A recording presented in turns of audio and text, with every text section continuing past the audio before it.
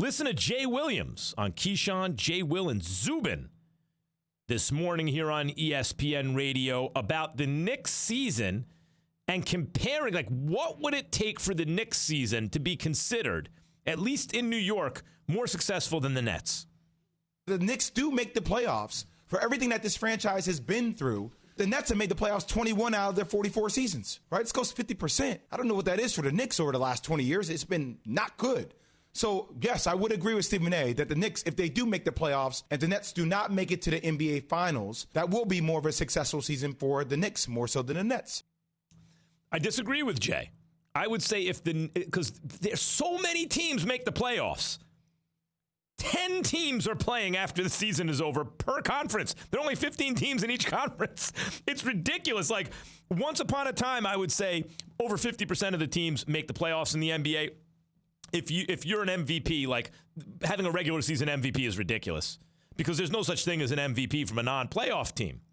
Now it's literally 2/3 of the teams make the playoffs. So no, the Knicks making the playoffs and the Nets not making the finals is not the Knicks having a better season.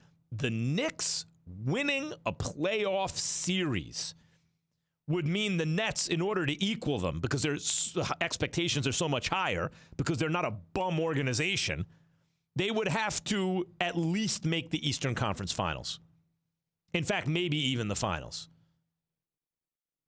But look, World Wide Wes and Leon Rose, I got to tip my cap to these guys.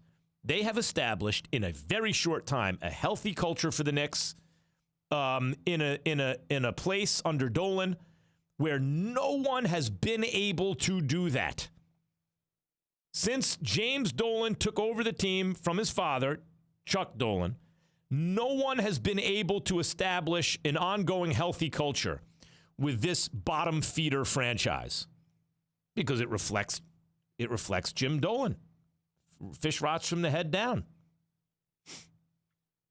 Jim Dolan's the same guy who kept the Yankees off of cable in Long Island because he was feuding with Steinbrenner about the fact that now the MSG network wasn't carrying Yankees games anymore. It occurred to George Steinbrenner, well, why am I selling the rights for $50 million a year to Dolan? I might as well start my own Yes network and make 10 times the money, which is what he did. And then, Dolan wouldn't carry it. They, claiming that they couldn't come to an understanding in the negotiation, which, of course, Steinbrenner had all the leverage. He had the Yankees. If you lived on Long Island, you just couldn't get Yankees games.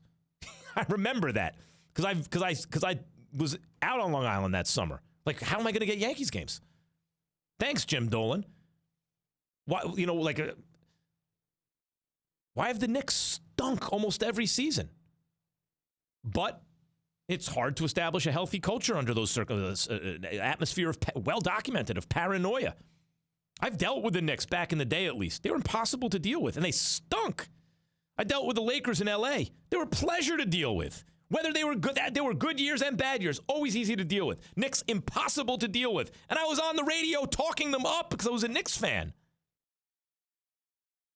But Leon Rose, World Wide Wes, I tip my cap. Tom Thibodeau, you have done an excellent job. I call it like it is.